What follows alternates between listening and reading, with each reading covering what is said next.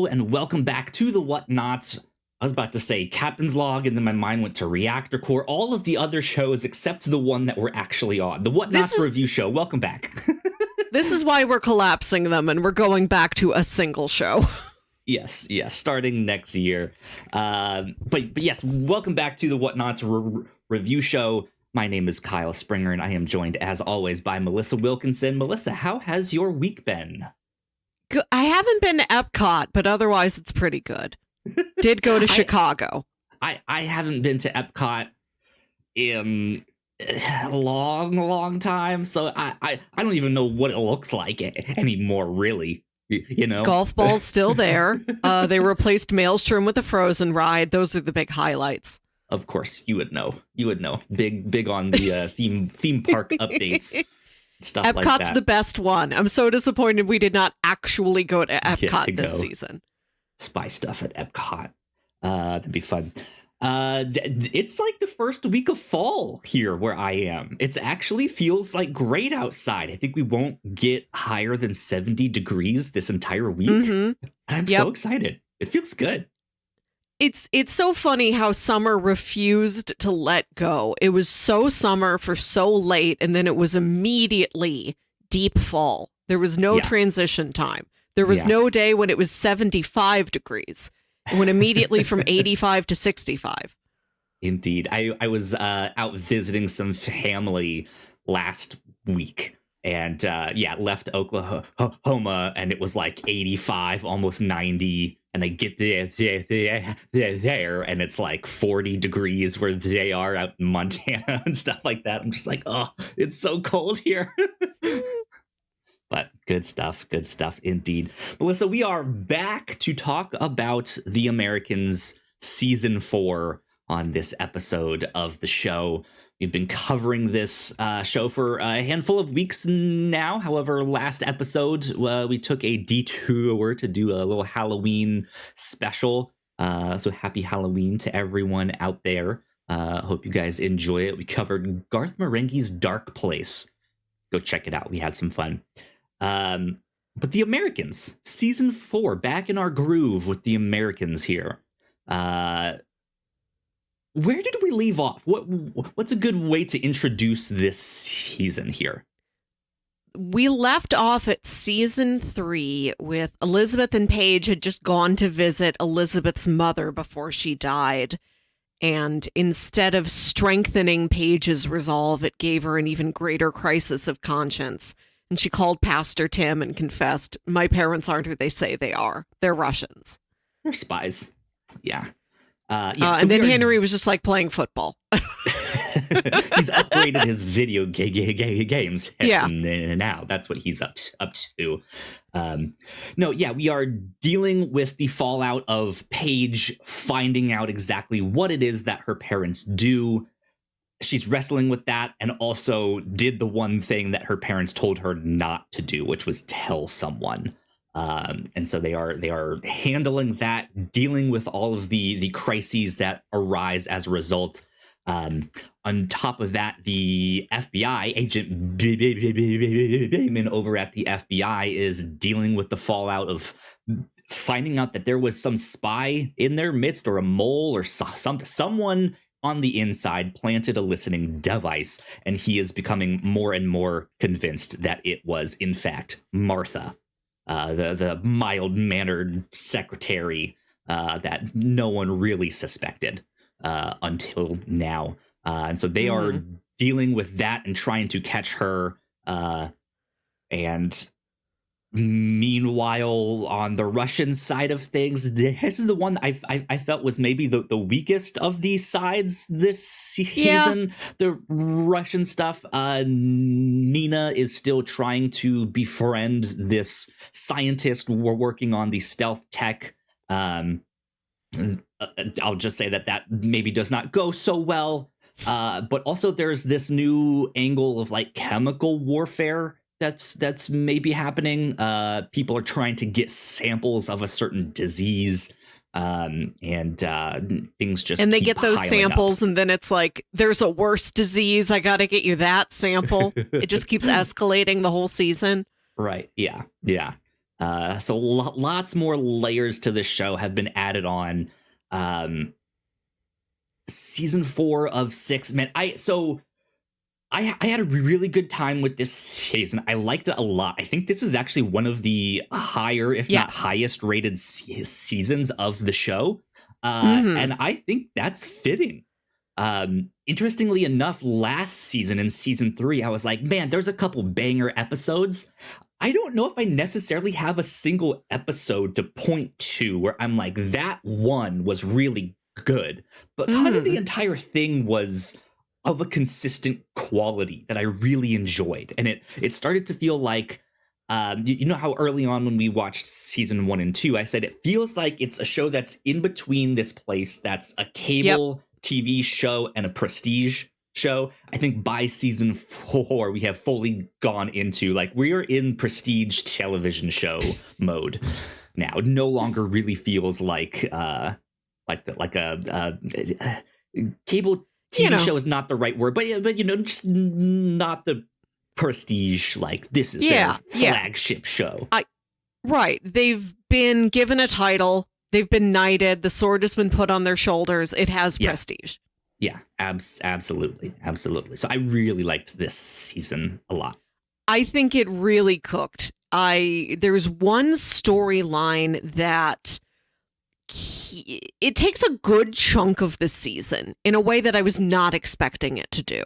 There was more to it. I kept expecting a quicker, darker ending to a particular storyline, and the fact that it gets drawn out and becomes this really stunning character portrait is the highlight of the season. I like the introduction of the bioweapons because it ties the whole season together. It gives it a specific angle. It's something we haven't seen before on this show. We get Dylan Baker in the cast. Dylan Baker is amazing in this season. So delighted he got to do this. We know him best as Dr. Kirk Connors from the Sam Raimi Spider-Man movies. Indeed. So this is a guy I've liked for like 20 years.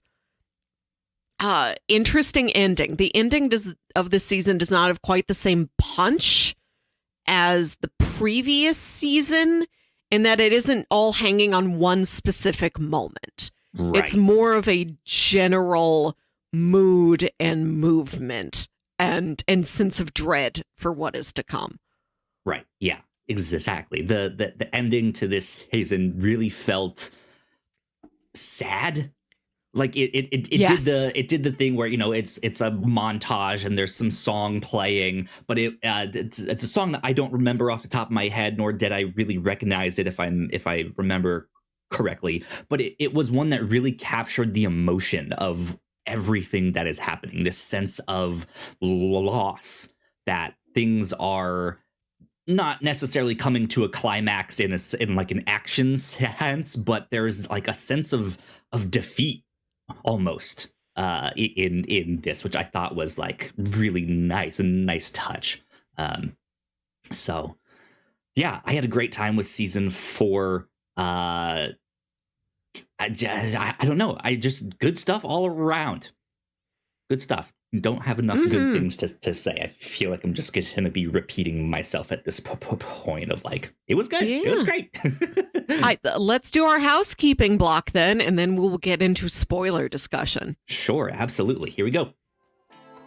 Thank you so much for checking out this podcast. We hope you're enjoying it.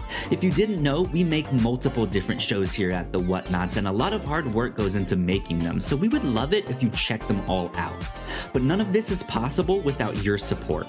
Head over to patreon.com/thewhatnauts, and you can get access to over 40 hours of exclusive content, including our Patreon first podcast, The Pilots Club, when you sign up at our $3 tier. Of course, there is a free version of the Pilots Club available, but episodes are exclusive to our Patreon for 2 years before they hit the free feeds. If you're interested in buying merch, we have shirts, hoodies, mugs, and more for sale over at thewhatnauts.com/store. Another great way to help us out is by subscribing and leaving a nice rating and review on your podcasting app of choice. You can also subscribe to our YouTube channel for video versions of the show, trailer reactions, and live streams. streams. And lastly, you can always find out more information about the shows we make on our website, thewhatnauts.com. All right, we are back. Once again, a big shout out to all of our Patreon supporters. Thank you so much. Thank you. We appreciate you. Over on the Pilots Club, for the month of October, we released an episode on Medium. Patricia Arquette, psychic consulting detective kind of thing. That was a lot of fun. Go check that out. But for the month of November, we are digging into a riff on Sherlock Holmes on Elementary. So go, I guess I was about to say go check it out, but I guess we haven't recorded that one yet. It's coming down the road. So be on the lookout for that. And then over on the free version of the Pilots Club, we released our episode on The Amazing Screw-On Head, based off of a Mike Mignola comic. This was an animated pilot that did not get picked up, but did get aired as like a Halloween special. So check that one out as well. And coming up in November, go check out Manifest. That's what our episode will be. If you like the actress that plays Paige in the show, she is also in Manifest. So there you go. But let's see, right here on the review show, I already mentioned Garth Marenghi's Dark Place is what we did for our Halloween episode. We had a blast with that. It's a great little horror comedy that is just really silly. I like it a lot. It's good fun. And then over on the Captain's Log, we also did our Halloween special in which we twisted stories that we have told in the past on the Captain's Log into horror stories. We always have a lot of fun with that. Melissa and I are in costume over on that costume. One, so go check it out. Big air quotes. Well, what if we had a single costume that like looked like it joined together on the video and it was like one giant thing? That'd be really funny. We should. I don't know if you go to the Spirit Halloween, if they sell the piece of bread with the peanut butter and the piece of bread with the jelly together or separate. If one of us has to make the purchase and mail the other the half of the costume. But I'm not talking about like, oh, we have like two peas in a pod kind of thing. Like I'm the peanut butter, you're the jelly. But what if it was we were just one piece of bread and we were the jelly, and it just looks like because our cameras are so close together, it just looks like it fits together just right, and we're like a single piece of bread. I love that that's the example. A 2-person bread costume is so funny. One person not enough. We're a whole like 3-foot long French baguette together. Right, yeah. Anyways, go check out the Captain's Log. We had a blast over there. But then the last piece of housekeeping, like Melissa already alluded to, starting next year here on all of our podcasts, we're actually just smashing them into a single feed, a single podcast. I think it's going to be a lot easier both on everyone listening as well as ourselves, just to kind of manage everything. But be on the lookout for that. I'll have more details and instructions probably next episode. I want to make sure I get the RSS feed up for that. Okay. Because unfortunately there's no way to just smash all those RSS feeds into one. I have to make a new RSS feed or convert, like just be like the Whatnauts review show RSS feed is now the feed, like that's the only one. But either way, we'd have to instruct people on where to go, what to do to make sure they are subscribed, and stuff like that. So hopefully I'll have all that set next episode. So I feel like we need some time. We need some like, hey, go check it out. Go do all of that. But anyways, that's housekeeping. Let's get on to spoilers for season 4 of The Americans. All right, Melissa, where are we starting? Martha. Martha. Martha's always been my favorite character. I relate to her a lot. I both fear turning into Martha and want to become Martha. And which is the lesson of this whole storyline, that you think she's just going to get murdered or disappeared or succumb to all the panic and jump off a bridge herself. And they do something interesting by killing Nina right before the Martha storyline really hits off this season. Yeah. So you think, oh, I thought they were going to kill Martha. If they just killed Nina, they probably wouldn't kill them both. So what are they going to do with Martha? Right, yeah. And why have the show kill like two of its main women and only them? Right. And have them both be specifically like assassinated, taken out for political knowledge reasons. Like they would both be dying, if not by the same method, for the same purpose, kind of. Yeah. So that takes you aback from what you've always dreaded would happen to her. And this series, it stretches it out a little farther than you think. There's the episode where she runs off. She's wandering alone through the park, just absolutely on the verge of a breakdown. Mid-breakdown, we see Martha in the park. Breaking down. Calling her parents, staring over the bridge. It's so haunting. And then they get her back, and then they book the flight. This is not them in their travel agent mode, even though that is what the episode is called. They arrange the flight, they fly her out, but that's not even that episode. That's the beginning of the next episode. So they take this one thing and pull it for as long as they can, like a rubber band, and then it snaps. And how it snaps is Martha on the ride to where the plane is going to pick her up, to take her to Florida, to take her to Cuba, to take her to Prague, to take her to Russia. You expect her to be just as destroyed as we have already seen her in the episode before and in times before when she's had these crises.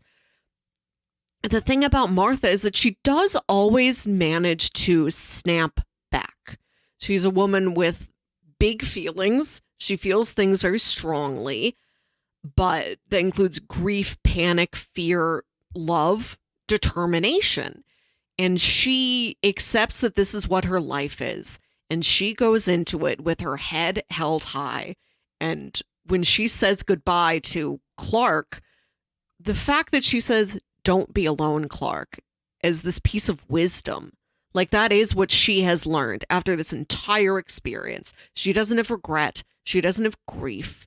She's like, I didn't want to be alone. I was with somebody who I loved, who made me feel loved. That risk was worth it. I made the right decision by not being alone. And I hope that now when I have to leave this man, he has learned that as well.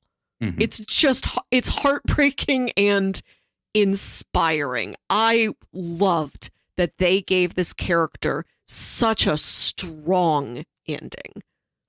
Not just a high quality ending, but an ending where she is strong.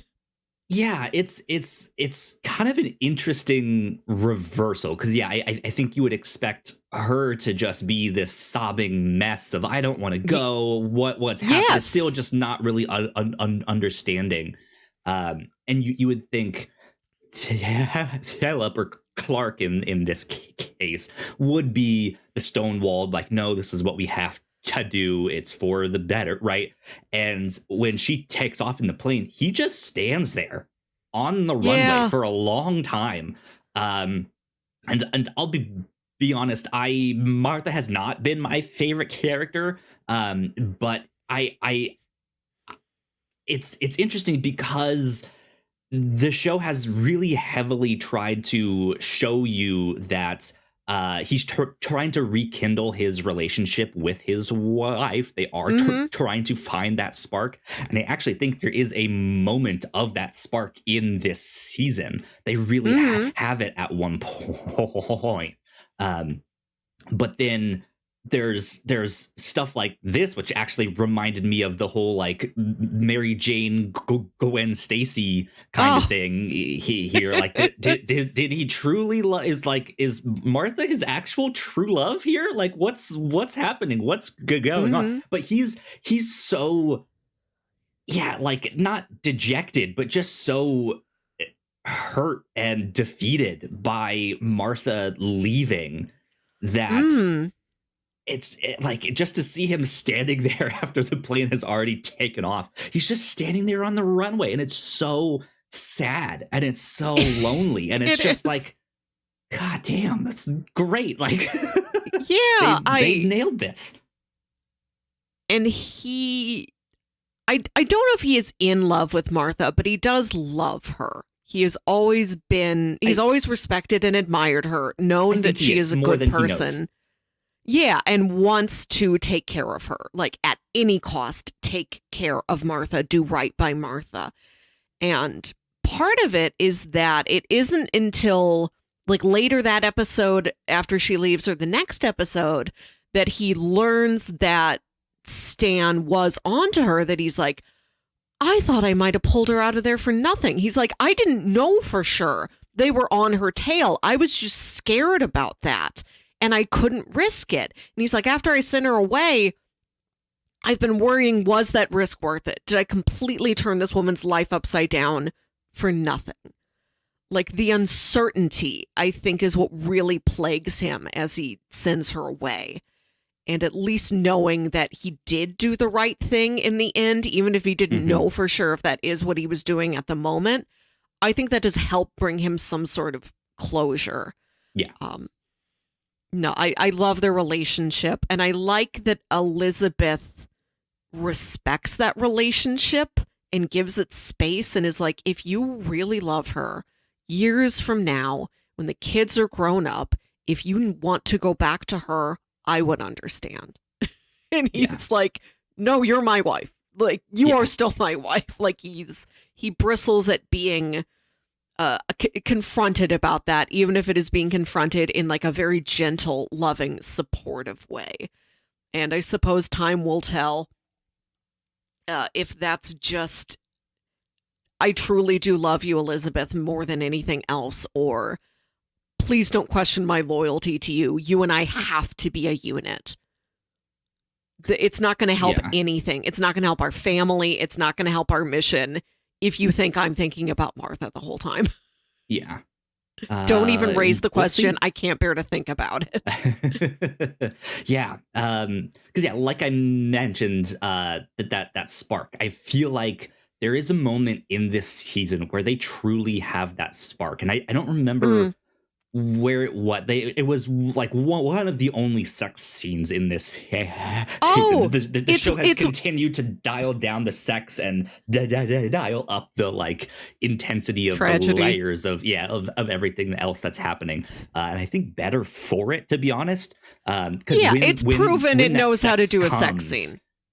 We know it's like, this is great. Yeah, you were about to say something like you remembered when. Is the scene you're talking about when he's worried about Martha but hasn't pulled the trigger about like putting her in the safe house yet, and Elizabeth's trying to comfort him, and then she just hikes her skirt up and they get down to it, and then we see them in bed afterwards, and she's like, Martha's gonna be okay. It's so funny to me that sex scene, this really vibrant sex scene between the two of them, is bookended with but I know you care about Martha. I don't remember if it was that one. For me, watching it, the scene actually kind of came out of nowhere. It was kind of spontaneous. And so it may have been that, but that to me felt like a genuine spark. Like, hey, I care about you, you care about me. It seemed like they were both into it in the moment in a way that they maybe necessarily haven't been in the past, or aren't in the like experimenting phase. Can you do to me what you do to her kind of thing? Right. It really felt like there was an understanding between them that I really liked. But then Yeah, from, and I always forget her name. Main woman. What's her name? His Elizabeth. wife. Elizabeth. God, I'm terrible. Yeah, I what's interesting to me is that she too, I think, is trying to find that spark, but often vocalizes her insecurities in the way that she's often focusing on talking about Martha, right? Often being like, well, if you want to go back to her, I'd understand. Yeah. Or like, oh, I know you care about her and stuff like that. She's no longer vocalizing, at least from what we're seeing on screen, right? This idea of like, we need to get our spark back, or hey, I think we might be on the road to getting our spark back. Instead, we see it on screen of her being like, well, what if I go to Est and try to understand you? Like she's trying to figure him out and understand, like, why are you so into this? Yeah. And I like that Est has traveled from Sandra to Stan to Philip to Elizabeth. And it's this entirely romantic and domestic thing. It never intersects with any of the spycraft. It's in its own realm. And I'm curious how much more we will see that, if it'll pass from character to character, if there's Est Jr. that they can send the kids to. Yeah, I'm not sure. Because that's been an interesting part of this show too. I kind of wrote Est off at the start. I think I felt much more aligned with how Agent Beeman feels with these. This is bullshit, right? Like this thing is kind of a joke, and it kind of is. But like the characters end up taking it seriously enough that it does start to matter for them and for their journey. And it really is just kind of a way to do like a group therapy kind of setting. Like, let's talk about your feelings about the past. And I can really see that backfiring somehow, some way down the road. Didn't they have to assassinate the entire hotel ballroom, the entire airport Marriott of Est attendees? Not like public shouting, mass shouting kind of thing, but like in the sense, like have you haven't seen Breaking Bad, right? I think that's one of the ones you haven't seen. That's the show where he throws the pizza on the roof? Yes, yeah. Okay, I know that part. Without spoiling much, there's a scene where a character realizes something, has a revelation of like, I think I understand now. And he's the funny thing is he's sitting on a toilet, pooping, reading a book. And that's when he has his moment of revelation. Yeah, like I'm wondering if like one of them will say something that like it clicks in Agent Beeman's mind of like, I understand now, like, holy shit, you're a spy. Like you're it. You're the central figure. And you think it'll be Philip says the wrong thing in an Est meeting. And not even a thing that is like obviously the wrong thing. Exactly. But it pings off something that Stan suspects. Stan specifically. It's just like, holy moly, light bulb moment, right? That's got to happen at some point. Yeah. And you're curious what will trigger that. Maybe it could be something Henry says or Matthew says. Right. Yeah. Who knows? It might even be like a game of telephone where Agent Beeman's wife hears them say it, and then she like retells the story to Agent Beeman in a like, why he said this thing, he might be down with that, and him just being like, wait, he said what? Like, are you kidding me right now? So, I love that. While the Jennings are trying to protect Martha and while Stan is pursuing Martha, all of the kids have just been left alone and they're just drinking beer. Drinking beer, smooching, making out. That's That's so funny to me. That what the kids do when they're left to their own devices is just extremely low stakes teen shenanigans. My dad will never notice if I have a beer and if you have a beer. And they're like, Henry can have like a third of a cup of beer. And you see him try it and he doesn't even like it. Right. Yeah. And then I love that it's not a problem. It's just teen shenanigans. It's great writing then, because even the next episode when Stan goes over to their house, he like invites himself in and is like, I need a beer. I'm running low. Right, and like he's not paying attention. He doesn't know that Matthew took that beer. He doesn't suspect a thing. All. Yeah, he's just like, I'm running low. I did like to see more of Matthew this season because he's always been on the fringes of the show, and it's been strange to me that he's not developed enough, but not written out either. I'm like, why are we keeping Matthew here at the state that he's in? So seeing more of him finally started to pull that together this season. Yeah. He also seems like a character that could put two and two together in a way that would like tip off his dad to like he's smart enough, but it feels like he's almost playing the like dumb spaced out teenager boy, but he's not really. Like he's actually fairly observant.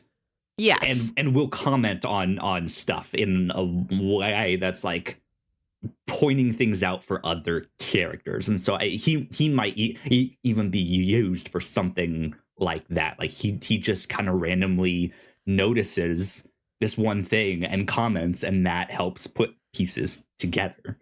And I like that even though has not until this season really been fleshed out into being a whole character, they haven't relied on just making him some 80s teen archetype. Like he's a stoner, he's a punk, he's this, he's that. He's not just sort of like an unremarkable average teenage boy in a way that feels very grounded and naturalistic. Yeah. I liked that from Paige's side of things. She's almost in a weird way swung back the other way, where at first she was like retreating from her parents, like doing that. And she still is, but is kind of reacting in this way where she's like, well, if you're spies and you brought me into this thing, I guess I have to be a spy too. So I'm now spying on this teenage boy who lives across the street. She's not like actually spying on him, but is like getting close to him in a way that comes up with her family. And it's like, we don't need you to do that. And she's like, but this is what you want me to do. And they're like, no, not really.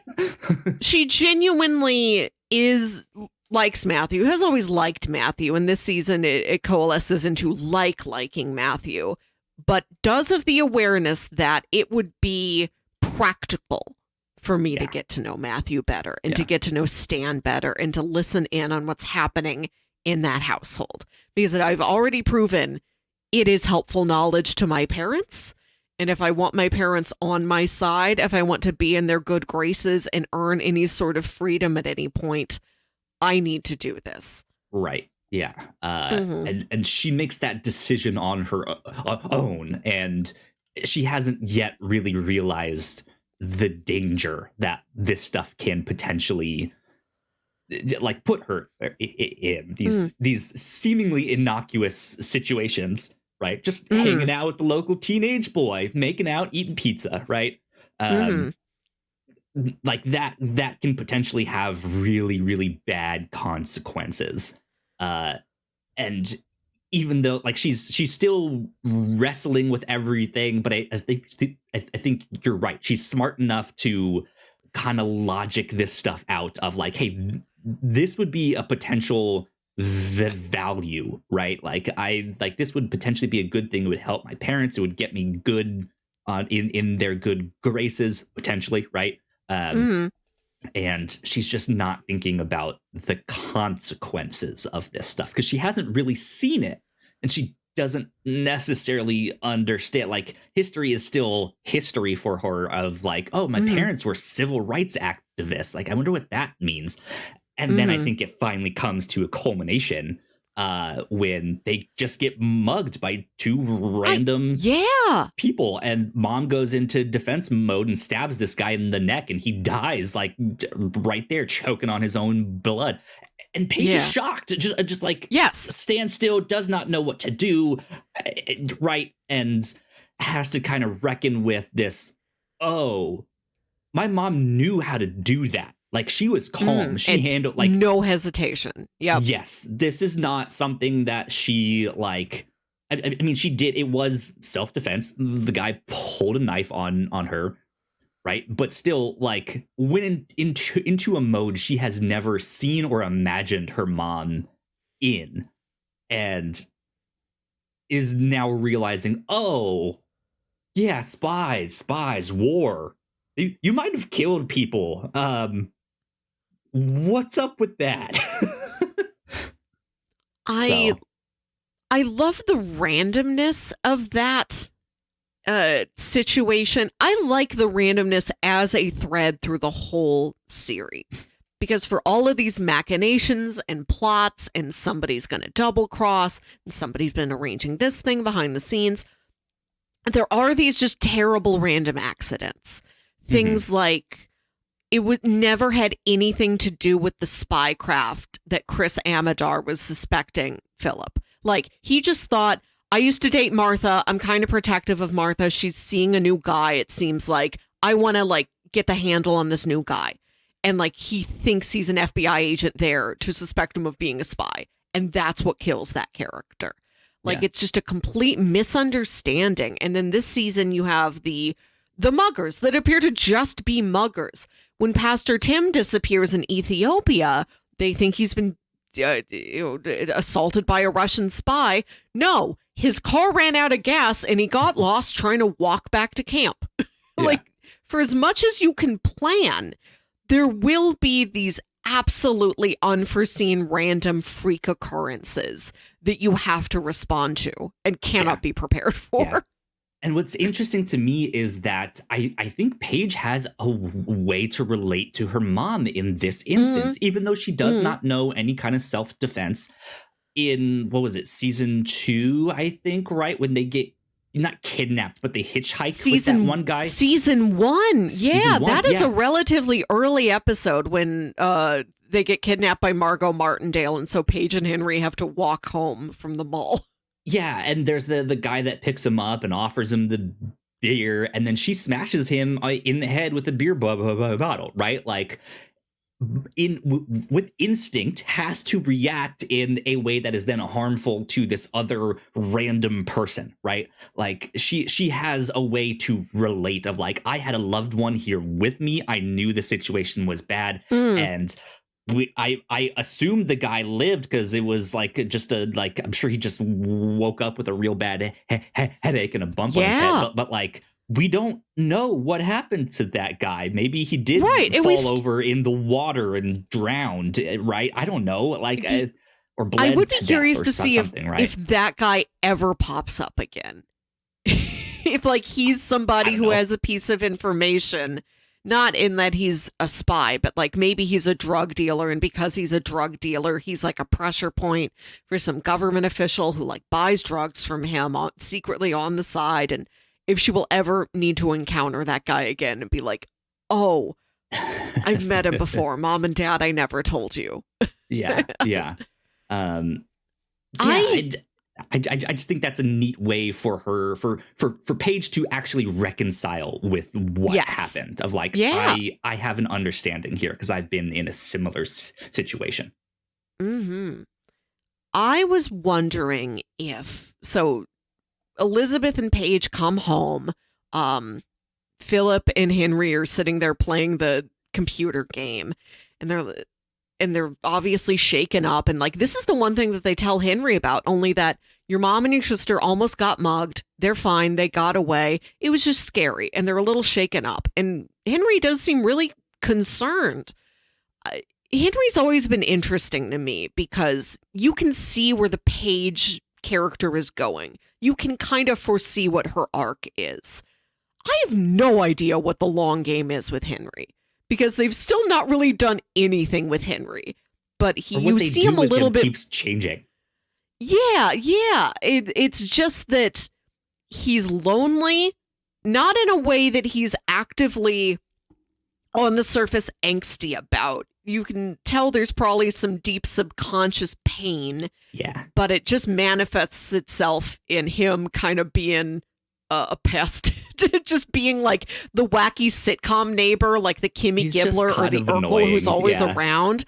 Yeah, where he's like, I'm just going to go over to Stan's. I think Stan's cool to talk to. I'm going to hang out. I'm just going to bug Matthew. Like he's always inserting himself in somebody else's life. He's always asking a bunch of questions. He's lonely. He needs connection. He needs purpose. And nobody's really given him that. And at some point, that is going to come to a head that, like, nobody's been paying enough attention to Henry. And we had the scene where the little mini storyline where he sneaks into the family's house while they're away just to play the Intellivision. But we have not gotten anything like that in, like, the 2 seasons since. And I'm waiting for when does that side of Henry raise its head again. But Henry's always been like a pretty sweet kid. He's not the most obviously affectionate, but he seems to care about his family. He never seems to want to, like, he's into his own stuff. Like, he just wants to play his video game or whatever, but not in a way that he's like, oh, my parents. Like, he's relatively good natured, seems to like his family enough. So the fact that his mom and his sister come home and they're shaken and we see him seem genuinely worried about it.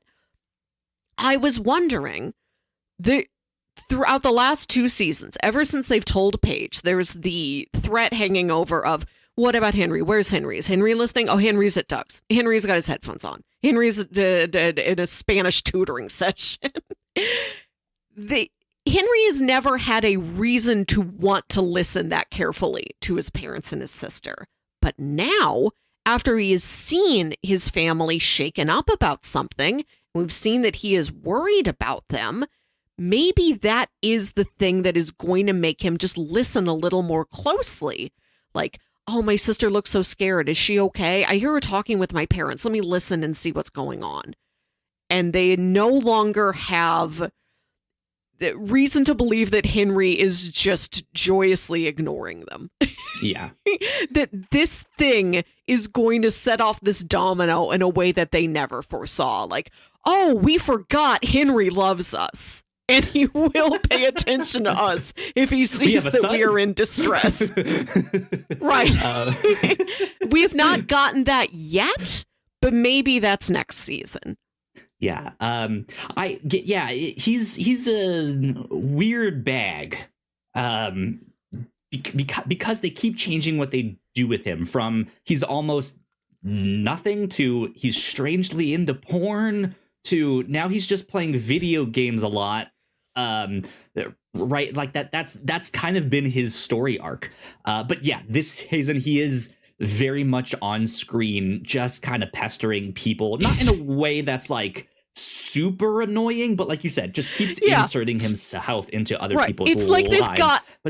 It's like every episode they spin a big wheel of teenage boy things, and they're like, what teenage boy thing is Henry doing this week? Spin the wheel. Has crush on like neighbor mom, has a secret box full of Victoria's Secret clippings, won't stop quoting SNL. Every week a new Henry thing. Right, yeah. But they give him one scene in particular that I thought was fantastic, and yes, great kind of foreshadowing of what might be to come.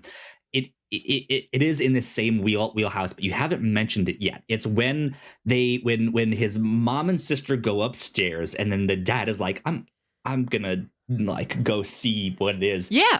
And he just kind of sits there. And like he has this concern on his face, and the camera just lingers on him in a way that it's never done before. And it's you're like, huh, I wonder what he's thinking right now. Yes. I think is the pen that we are going to come back to of you shouldn't discount how much Henry can pay attention when he wants to. And knows how to spy and do surveillance and stuff like that. Yeah, I mean, this is when we see a lot of Paige going off to talk with her parents, and they're all talking in these like hush hush tones because Henry's right over there playing his little video game. So like that is something you start to notice. That is something that I'm sure he's picking up on, even if the camera really hasn't shown us, except for that one scene, right, that he's noticing and he's paying attention and he's being hurt by that or something, right? Like that is something you notice of like, why did my sister all of a sudden get close to my parents and they're like excluding me from conversations? Like they're talking in hushed tones, or they're all going upstairs to have a conversation away from me. How much can I get away with here? What can I do? Can I drink a beer while my parents are upstairs? Can I like sneak upstairs? Can they make them think I have my headphones on? Like, what's going on? Like, I feel like he's going to be secretly listening in on something. What if we find out that Henry has learned something and has just never let on to it? Because he has learned that if he just plays the happy-go-lucky kid, everything around him works better.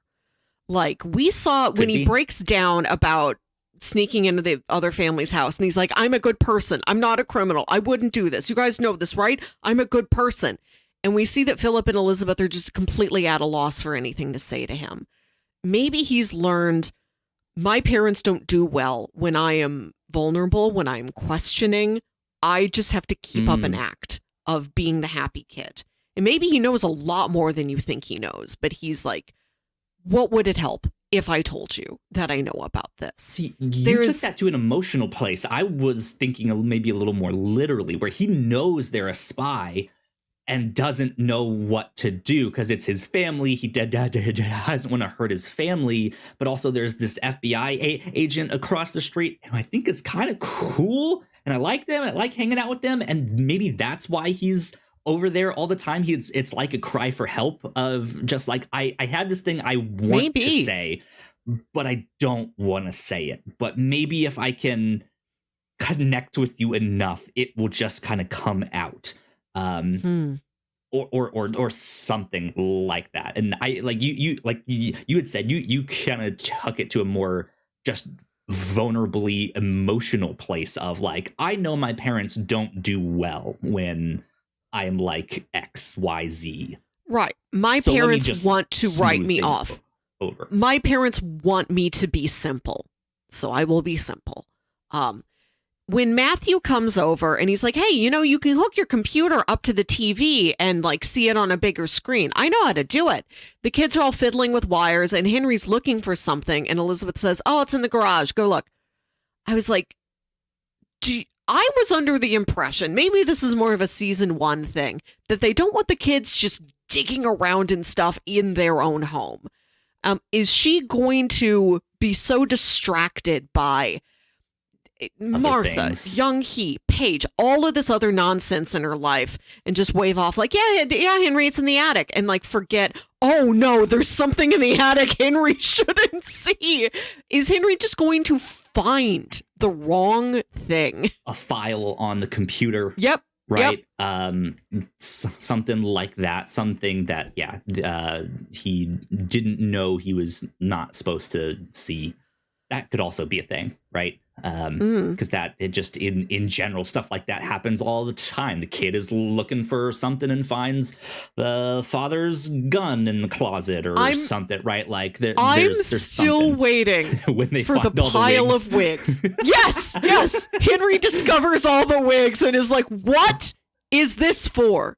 Are you guys secretly actors? Imagine they come home and he's in a wig and a fake mustache just sitting there on the computer. And they're like, what the fuck are you doing, Henry? Where'd you get this? Why were you in my closet? What is going on? It's this whole series. It's how it shows the passage of time is interesting in that there are never any holidays. And maybe this is a demonstration of how the Jennings are really they're not in alignment with the traditional Western holidays and calendar. Like there's never a Christmas or a Halloween or a 4th of July or anything. And all you see is there's snow on the ground or the leaves are orange. it's seemingly never like spring and summer in this show. It is only between the months of September and March ever, seemingly. So we've never seen a Halloween. What if there is a Halloween episode where Henry's like, I found this old wig, I'm going to wear it. And they're like, Henry, where did you find this wig? Or he has the wig for the character that his dad needs to be, and he doesn't have the right wig. I would love if it is like one episode where it is Halloween and Henry's like, yeah, I'm going to dig around. I'm going to find something. I'm going to pull together a costume. And they walk in and he is wearing something that they use in disguises. And they're like, exactly. Do we confront him about it? Exactly. If we confront him about it, what questions is he going to ask? That's an extremely politically important fake beard. Right, yeah. The political importance of a fake beard. It's great. I think on the flip side, we did get to see Paige kind of wrestling with this idea that her brother does not know yet. And she is like, when's it going to be his turn? You do see a dance we're dancing here, and it's not fun. You do see a moment when Philip and Elizabeth are out of the house and she just looks over at him and you wonder, is she just going to confess everything to him? One, so that she's not alone, and two, so that she is not happy with how she learned this about her parents. Maybe she's like, if I tell Henry, that might be easier on him than him learning it from mom and dad. Because she's like, I don't like how mom and dad have introduced me to this. Can I do a better job with Henry? Yeah. Do the kids turn on the parents? Does Agent Beeman get them to spy on the parents and get them arrested? Are they the Americans? Right? The real Americans are we made along the way. We haven't had but we're the Walking Dead moment yet. Like, but we're the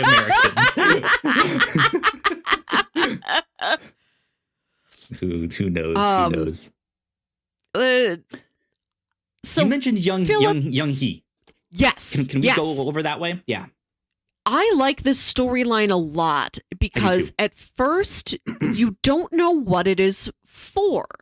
You see Elizabeth in this new persona as this woman named Patty who goes to like a Mary Kay Cosmetics meeting, befriends this this other woman in the group, starts hanging out with her, goes over to like family dinner at her house. But maybe I missed something, but it's a while before you know exactly what the angle is. You see, I like that though.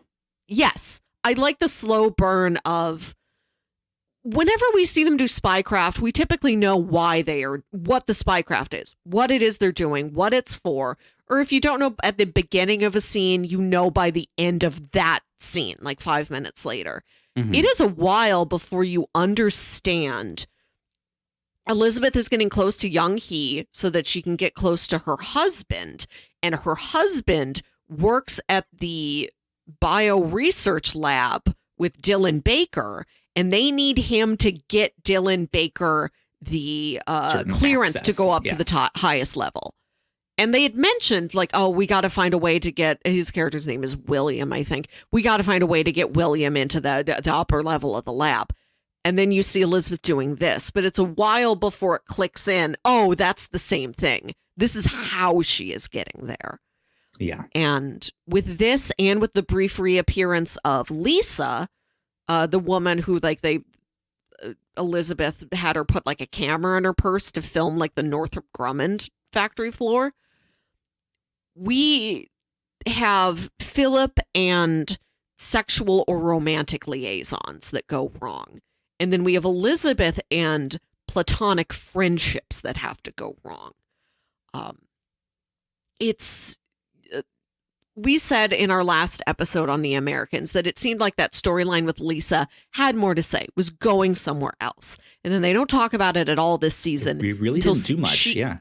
She suddenly reemerges. We learn that this has been continuing on in the background, but it is the fact that she has this problem with this past problem with alcohol. Her husband's a past alcoholic. Her husband's a little abusive. That is the downfall. Like, she has not been keeping track on this woman's like personal life and how those personal problems can really interfere with the mission. So this woman shows up out of the blue, like, I need your help, and is like dead in like one scene. And it's a good scene. Like, I'm happy that actress got that scene. I think the show does do a good job with nobody is killed off without really getting something to do first. Really making it worth their while to be there, like as a performer, as a character.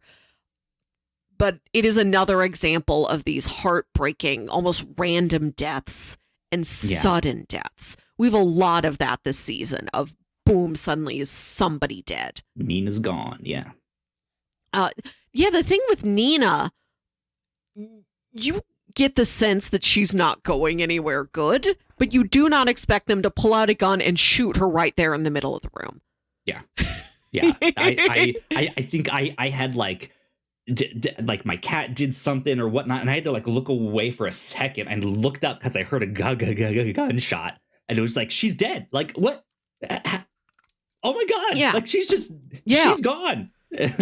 Right. For this character that I think you and I have never particularly latched on to, but she has been here since the beginning. We've spent like 4 seasons with this woman, and it's just click, gone. Yeah. It is jarring. Yeah. I am curious what they'll do with the Russian side of things next season, because now Nina's gone. Oleg's gone back home to Moscow.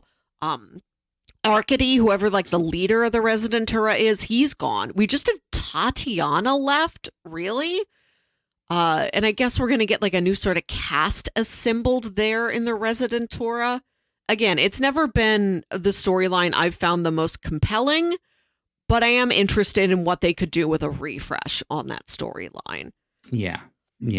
One character I am kind of sad to see gone is Agent Gadd, who's Stan's boss, Martha's boss there at the FBI. That, I don't know who that actor is. I've probably seen him in a dozen things before. He's just Richard seems Thomas. like he's... Let me see what I can... He seems right for whatever this world is. Like, he's good seasoning to add in a crime or government procedural. Yeah. He's just very effective at seeming like exactly the guy who should be there. Just a well-cast character actor. And he's never as much of a hard ass as you would expect from that type of character. And I've always liked that about him. And we've never known him that well. You do learn that he was in the Vietnam War and his legs were very badly burned and he was in a hospital for like weeks. And his wife is Vietnamese. His home life, you see very, very little of it, but it is an interesting addition to that character. I love that when Stan and Agent Adderholt go to him and are like, it's Martha. Martha's been the rat. That Agent Gadd is so shocked that all he can say is, that's crazy. Right, yeah. It's such a vulnerable, normal human thing to say. You can tell this man has really been knocked on his ass by that news. And he does feel so bad about it. Like, he feels bad that because it was him who decided to keep Martha on after he took over this role. She was like the previous chief of staff secretary. And he's like, I had the opportunity to replace her. I felt bad about it. I kept her on. He's like, I've always kind of liked Martha. Like, he feels bad. And he can tell, like, she did not do this of her own free will. She was pressured. She probably did not even know what she was doing. Right. He's like, that shouldn't have happened to her. She didn't deserve that. Like, he feels bad that he opened his office in the secrecy of the American government up to this exposure. And also that he wasn't watching out for her as a person. He's like, why did we not check in with her? Why was she so lonely that she had this vulnerable pressure point that this mysterious, handsome man could come in and marry her and convince her to bug my office? Like, he's really broken up about it. And then you think he's going to get to retire. you think when he's talking to Stan about like, I haven't had a vacation in a while. My wife and I are going to take this trip through Southeast Asia, like go see your family. You think that's the end of it until the next episode when that little bit of exposition is in the previously on the Americans. And you're like, what? Why is this coming back? What's going to happen now? I thought Agent Gad was just gone for good. It's a great moment because I don't think we've gotten a moment quite like this in the show yet, where it is this trail of Gad mentions to Beeman they're traveling in Southeast Asia, or they want to, right? And then during their squash or racquetball game, right, he mentions to Philip, my boss is over in Thailand or wherever they went. And then after he's killed, we see Philip mentioning like, I put that in my report. That's why he's dead. Like they used that information to go after him. He doesn't know if they murdered him on purpose or who knows what, but he knows like I'm the connection here. And that's a scary thought for him because he doesn't know who Agent Beeman has told all that information to. Mm-hmm. Right? That's for a like FBI director boss of a certain thing. Like I feel like certain information like that might not be the greatest thing to tell everyone out there, right? I'm sure it's fine to be like, yeah, he's retired. He's on vacation. And to certain people might be like, yeah, he's off here, right? But I don't know. Every now and then it's like, do I want to tell them they're in Thailand specifically? Or again, wherever he was there. I'm wondering if that will also be another moment of like, wait, but I told him this. He was the only one that I told, right? Like, here we go. I don't know. And it's maybe the best of all of the shocking, sudden, random deaths that these three Russian guys, who we don't know, I don't think we'd seen them before, and it's not exactly clear what they were there for. They show up in Agent Gad's like hotel room in Thailand. They threaten him. He turns to run out the door, and he just crashes through the glass door in such a way that there is a shard of glass embedded in his abdomen that kills him in a minute. And like as soon as those Russian guys see that blood there, they're like, just like, oh, he's not getting out of this. We're not getting anything out of him. This was all for nothing. He turned, he ran, he smashed on the glass wrong. Now he's just dead. It's so pointless and silly and futile and like really heartbreaking. And Philip didn't seem to know that they were going to go after Gad. And it seems that he thinks, why did that man need to die? What is he dead for? What did you want from him that was worth this? Like sometimes you're reporting on just the actions and the comings and goings of somebody and not realizing what you've said could mark them for death. Yeah. Which like I said, he's not even sure, like, was this an accident? Did they murder him? Right? Like, what's going on? He's not privy to the bigger picture of what's happening out there. And one of the most curious parts of the show to me has always been that the storylines are so siloed. Like, we've spent all this time with Nina, a character who she has no idea the Jennings exist. The Jennings have no idea she exists. Those storylines, except for Stan being the connective tissue, never really cross over. We're following these Russian agents in the field, and we're following the Russian office. And they're so separate from each other. And it can, like, the ripple effects can be distant. Like, they're never going to know who it was that arranged the plane to take Martha away. They're never going to know it was Tatiana. Tatiana means nothing to them. Their identities probably mean nothing to Tatiana. They're probably just like code names, like strings of numbers. It's all so, even though they're in the same geographic location, they're all in the approximate Washington, D.C. area. They're all arguably like on the same side. They're so separate. And I really wonder when the show is going to smash all these parts together. Yeah, I think with the kind of new Russian characters coming in, there's potential for more of that. Or for the FBI to like feel like they got one swiped out from under their nose in a way that lights a fire underneath them, to be like, hey, you guys need to like extra be paying attention. We had like, even though we don't have Martha anymore, we know all this information on this identity. Has this identity been used previously? Right. They have now sketches of both of them, and different stuff. Who knows? They might get a sketch with this new disease thing that's happening, and Young Hee's husband, and all sorts of stuff. Right. Like there's bits and pieces out there that I think it's just piling up. And I think someone will realize, hey, these things match in a weird way. Like that's strange. We didn't even think they were related. So I don't know. Yeah, like with the old woman who died in the mail robot repair shop. Yeah, that comes back this season. Where I think Agent Adderholt puts it together. Martha, he still doesn't really get much, but he knows, like, I think something's up with this. Right. Every single piece of connective tissue, even if it seems so small and insignificant, there are characters who are starting to collect enough information that they can find the connective tissue. And they're like, if this is in both columns, it must mean something. There has to be something here.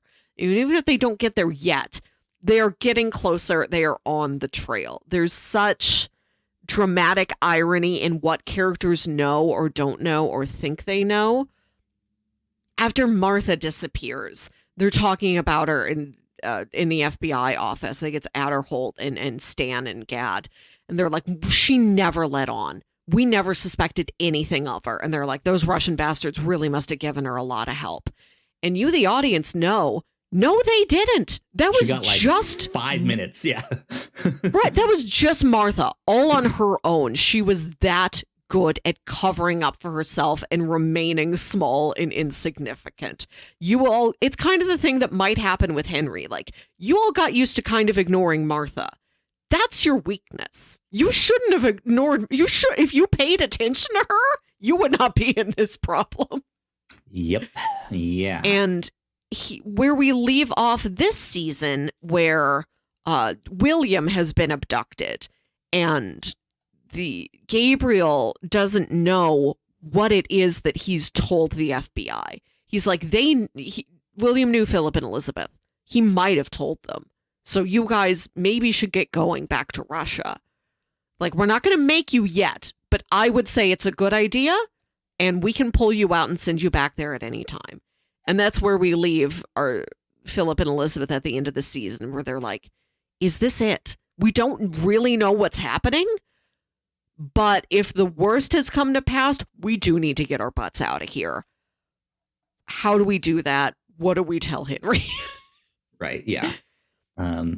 Yeah. I liked William's character at the end there, where he's like, he's taken this sample for this terrible disease thing. He's basically killed himself with this. It's just a real slow, painful death. And the FBI have him under quarantine, under surveillance, and they're trying to like make it easy for him. What can we get you? Can we get you a cheeseburger or something? And he just laughs. He's like, there's nothing you can get me right now, because I'm gonna be dead in 2 days. And he's just like, you guys don't understand. Like, I'm basically gonna, like, my insides are coming out my back end in 48 hours. Like, that's it. And yeah, that's the thing. We don't know what he is willing to give up. He seems pretty staunch in the fact that he was willing to die and like take this sample and not really pass it. I mean, obviously they have his dead body. They can do some research on that. But yeah, it seems like he's willing to not talk. Yeah. But you never know. It's just one of those things of like, maybe he slips up and says one thing. And I believe he's dead by the time we leave him. All he says, he never directly gives up any information. When he's there at the end and he's delirious, he's just like, they had it all. They had this perfect little family, them and their kids. I wish I could have had that. Yeah, that's all he says. This vague sense of these agents being in a seemingly happy, normal American family unit is all the information Stan has. Yeah. And he is not putting it together. And you don't know when he is going to put it together. Right. Because by itself, it's not enough. But yeah, I know when he remembers of like, wait, the make of their car was the same make as that one thing 2 years back. Like, yeah, is that thing from the pilot ever going to come back? Yeah. Is he like, I went and checked and found nothing, but maybe they were good enough to hide it from me. Yeah. Yeah. If they were good enough to be here for 20 something years and have a like perfect little American family, maybe they're better than we think. Right. Mm-hmm, mm-hmm. So I don't know. I don't know what's happening. And I like that more characters are getting in on the terrible irony of this family of spies lives next to an FBI agent because Paige knows. And then Paige tells Tim and Alice, and there's a scene where all of them are at the house together for dinner at the same time. And Pastor Tim is like, oh, what is it that you do for a living? An FBI agent? Interesting. Yeah, the whole Pastor Tim stuff has been weird for me. Not that I dislike it. I think I think especially with this whole arc of him being lost in Ethiopia and the wife like storming in their house being like, I made a tape and my lawyer like has this tape if anything bad happens to him or me, right? Like and yeah, it like he's kind of privy to some of this information. The parents are trying to work it and spin it to be like, I mean, yeah, we work with our government, but we're trying for world peace. Like we're trying to like we do a lot of the same work you do. Like, you know, they're trying to spin this story and he's still just like he's like squinting his eyes at them still. And it kind of keeps being weird where like, oh, you live next to an FBI agent. That's strange. Well, you can't pick your neighbors, can't you? Like you could have moved. Like, right. Right. He's got a point. Like, I don't know. But that stuff is strange. But then I think what's also interesting is that I like how Elizabeth has had the better relationship with Paige of the two parents. She's the one that kind of took her to the site where they did a bunch of the civil rights stuff and like explained all of that. She was the one that I know Philip did too. He told Paige about where he grew up, but that felt more like, and here's the 2 or 3 facts. And Elizabeth kind of opened up and was like, I don't even know what this city is like nowadays. I don't even really know what I miss exactly. Like she's opening up more emotionally to Paige.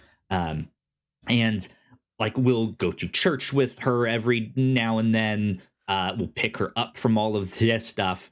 And has this moment when she's picking up Paige from choir and she's there early or they're running late, it's not clear. And she's kind of connecting emotionally with Pastor Tim here in the same way that Philip is getting this kind of therapeutic relationship with Est. She almost oddly has a same reaction to talking with Pastor Tim there. She gets interrupted, so they don't really fully get into it and all of that stuff. But it felt in the same way that she also then went to that like the starter Est thing to figure out like what is Philip getting out of this? What's happening here? It feels like she has a similar response of like I could get something out of this. Like it kind of helps to unburden myself of some of these emotional millstones, just these giant heavy weights on me. I need someone to talk to about this. Yes. And maybe as they're kind of learning with Paige, the way to keep them closer is to actually bring them in a little bit more. Whether they know that consciously or not, I wonder if she is being like, if I genuinely open up to Pastor Tim, maybe that will keep his confidence in us, and he won't betray us. Yeah, and if he is a man of service. He wants to help people. If he feels like he is really helping me, not just the immediate tension of don't tell anybody my secret, but can I confide in you? Can you offer me guidance? Will that strengthen our bond? One, seems like she sincerely needs it. And two, that is a good tactic to get that guy looking at you as something he is truly nurturing, not just protecting. Yeah. I was certain for a little while there that Pastor Tim and Alice were going to meet their end, and Philip and Elizabeth were going to arrange for their baby to be sent to Martha in Russia. Oh, wow. Interesting, yeah. Maybe still could happen. I don't know. It just seems like that's the way that you tie up both of those storylines at once. Yeah. Something like this, and what happened to this scare of like, but Mom and Dad, did you really have nothing to do with what happened to him in Ethiopia? Like, Paige kind of questioning that trust, that like, what is really happening here, I think does kind of clear the table for her to trust her parents a little bit more. Of like, yes, we had nothing to do with this. We don't know what happened. But also can potentially work as good cover down the road when they do want to like, let's kill him. Like, we need to get him out of the way. And they can be like, again, we don't know what happened. Right. Yeah, I'm curious what's going to happen there. We have some really interesting stuff in play. And I don't know where we're going to pick up at the beginning of next season. I look at the little one sentence episode descriptions on Hulu. I'm like, I guess they're still here. They don't leave. I don't know what is it that happens that convinces them to stay. Let me ask you something. Yeah. In the case that Paige goes full Russian spy, who's her first kill? Oh, I still think that Philip is going to get Paige to work Julia Garner. Okay.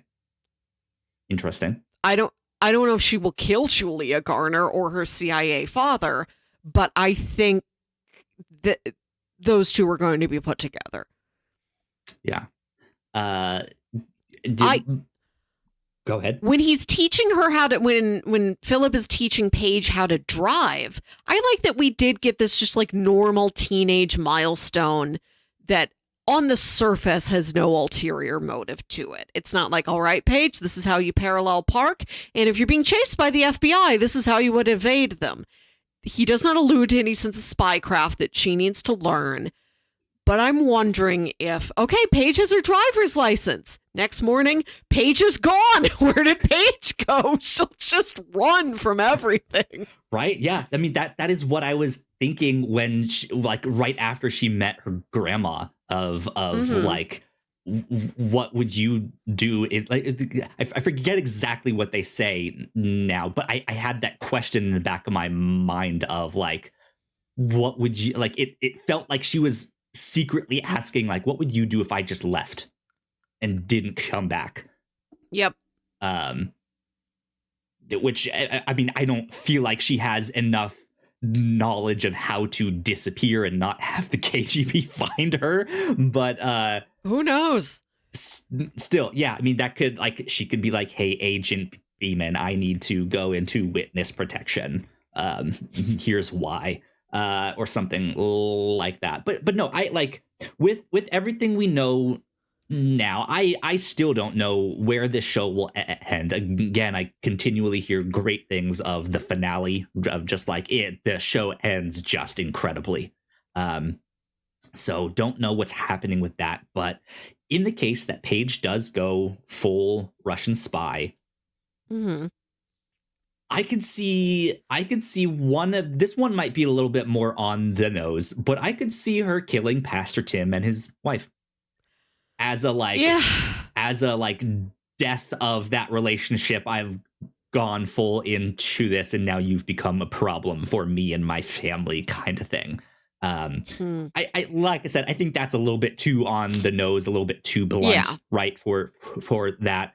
But it could also potentially see her killing Agent Beeman in a like realization of him being like, the perfect American family. It's you guys. It's you. But then for him to not even be confronting the parents, right? But it like somehow gets into it with her, and like she has to go on self-defense mode in a way that like her mom did that one time. Like that could be an interesting thing where Beeman has finally figured it out, but is dying in this way where he's not even getting to confront Philip of like, I figured it out. I know it's you. It's Paige is here. Shit. I don't know how quickly Paige could learn really effective self-defense and attacking skills. Well, more this season we have seen her if she signs up for she's going to sign up for June-Ree self-defense. Yes. June-Ree self-defense. Nobody bothers me. We see her doing more cooking this season, just in a very small passing way. Like, you guys were gone, I made dinner for Henry. Or like she's making noodles and Philip's like, oh, you put bouillon in them. Like, I can imagine she poisons somebody in the future. That's how she does it. That too, yeah. That'd be a good way for her. But yeah, I don't know if that's the way her character is going or not. I just thought that was a fun question of, well, let's say it goes that way down the road. What happens? Who knows? We've got 2 more seasons.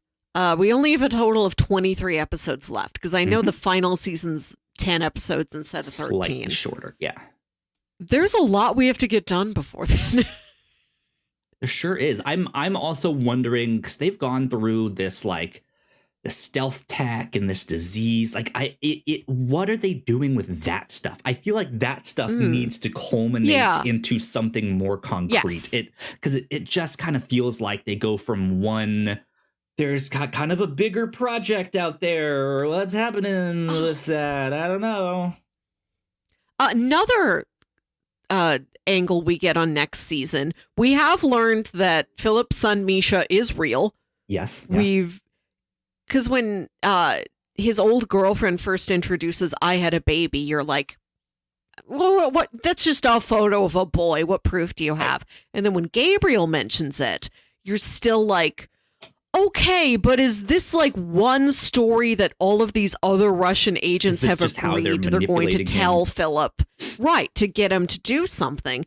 Now we see that this boy is real, and he is an he lives in Russia, but he's anti-Soviet. He really tries to take actions against them, and he wants to go to America. All he knows is that his dad is undercover as a travel agent in America, and he wants to go find him. Yep. Really, no idea. What's really interested to see how he gets there, what he does once he gets there, who will know that he's there. Is this what finally brings Henry into it? There's just some cool guy hanging out at the arcade who strikes up a relationship with a friendship with Henry. Henry's like, come over to my house, I'll show you my television. And then this is Misha, and this is how he finds and confronts his father, and this is how Henry is to learn about it. Who knows because Henry is always like, I want to hang out with a cool older guy. I want to hang out with cool Stan. I want to hang out I want to hang out with with Matthew. Yeah, this Even if is it's something more innocuous of like they join the same hockey league, right? And unbeknownst to them, father and son are playing on the same hockey team, and then slowly they kind of figure it out. I would love a hockey-based conflicts. I mean, Caleb did say, I kind of want to start playing hockey again. Do more hockey. Yeah. More hockey. I'm wondering when did the Miracle on Ice happen? When was that? God, I don't know. The Miracle on Ice was during the 1980 Winter Olympics. Okay, so that's already happened. They didn't touch on it. Yeah. Dang. I do like how this show checks in with these TV milestones, and they're not the typical things that people are actually fond of from the 80s that are just there for like, man, wasn't Indiana Jones cool? Don't you love Back to the Future? Instead, they pick these things that have direct relevance to what's happening in the show, like The Day After, and I love what they do with David Copperfield making the Statue of Liberty disappear. Yeah. Yeah, it's really interesting when they can do the like double entendre words meaning different things to different people, like just the because I think earlier in that same episode with the Copperfield stuff, there's a moment where Philip is talking to William, and they are talking about freedom. And like we are fighting for freedom. However, the Americans are the ones that think they're free, and they think everyone in Russia is like held captive and stuff like that. It's this real like weirdly, oddly skewed patriotism from both sides, right? And so then like David Copperfield's monologue on like your freedoms and stuff like that is just so great, because it fits in so many different ways. And I think my actual favorite thing from this season so far was an episode title. There's an episode called The Rat that I like, again, like can't really point to that episode specifically for being like that was like the best episode of the thing, or like that was a standout one. But that episode that is the one where was great. What about it? I was just gonna say it's about them trying to secure the sample of this disease. They don't get the one they want. Oh yeah, but they get one of this dead rat.